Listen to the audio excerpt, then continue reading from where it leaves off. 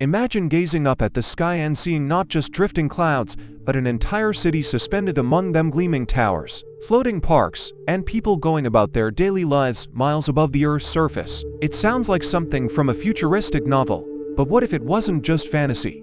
What if, within our lifetime, humanity could actually construct a thriving metropolis in the sky? The idea of floating cities has captivated human imagination for centuries. Ancient myths spoke of celestial kingdoms, while writers like Jules Verne and H.G. Wells dreamed of airborne civilizations. Today, with rapid advancements in science and engineering, this fantastical concept is inching closer to reality. Experts in aerospace, architecture, and urban planning are now seriously debating whether we could one day build habitable structures that float permanently in the atmosphere. But how would such a city even work, and what would it take to make it possible? One of the biggest challenges is figuring out how to keep an entire city aloft. Traditional buildings rely on solid foundations, but a floating city would need an entirely different approach. One possibility is using massive airships filled with lighter-than-air gases, like helium or hydrogen. These enormous floating platforms could serve as the foundation for buildings, roads, and infrastructure. Another idea involves advanced materials, ultra-lightweight, yet incredibly strong alloys or carbon-based structures that could form rigid, buoyant bases. Some scientists have even theorized about using vacuum chambers, which would be lighter than air, to create lift without flammable gases. But staying in the air is just the beginning. A floating city would need a constant and reliable source of energy. Fortunately, being above the clouds means nearly uninterrupted sunlight, making solar power an ideal solution. Enormous solar arrays could harness this energy, storing excess in high-capacity batteries for use during nighttime or cloudy conditions. Food production would require innovative solutions like vertical farms, where crops are grown in stacked layers using hydroponics or aeroponics, minimizing the need for soil and maximizing space. Water could be collected from atmospheric humidity or transported from the surface in reusable, high-efficiency systems. Transportation would be another major hurdle. How would people and goods move between the sky city and the ground?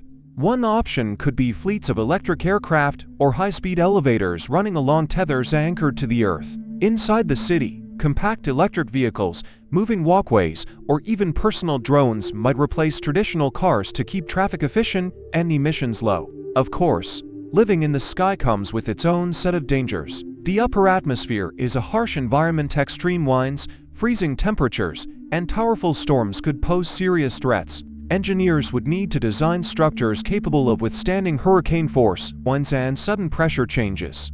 Lightning strikes would be a constant risk, requiring advanced grounding systems. And then there's the psychological aspect. Would people feel comfortable living so high above the ground, enclosed in artificial environments with no solid earth beneath them? Another major obstacle is cost. Building a floating city would require staggering amounts of money, materials, and manpower. Who would fund such a project? Governments might see it as a way to alleviate overcrowding or escape rising sea levels, while private investors could view it as a lucrative venture, luxury escape for the ultra-wealthy. But if history has shown us anything, it's that ambitious projects often start small. Perhaps the first floating cities wouldn't be massive metropolises, but smaller, experimental communities, research stations, or high-altitude resorts that gradually expand over time. Despite the challenges, there are already real-world efforts pushing the boundaries of what's possible. NASA and other aerospace organizations have explored high-altitude airships for communication and observation. Architects and engineers have proposed breathtaking designs, from ring-shaped sky habitats to spherical floating districts. And with the rise of private space companies, the technology needed to sustain life in extreme environments is advancing faster than ever. So, could we ever really build a floating city in the sky? The answer isn't a simple yes or no. The science suggests it's theoretically possible, but the practical hurdles are enormous.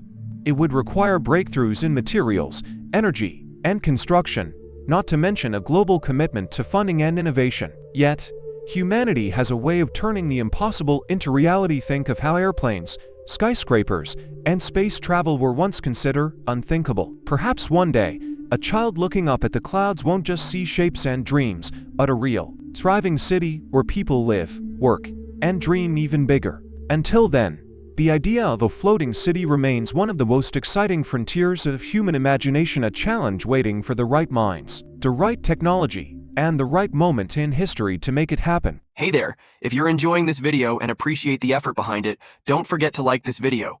It really helps the channel grow, and if you haven't already, hit that subscribe button and turn on the notifications so you never miss an update. Oh, and one more thing, share this video with your friends. Spread the love and support. Alright, now let's get back to the video. Let me know if you want any tweaks.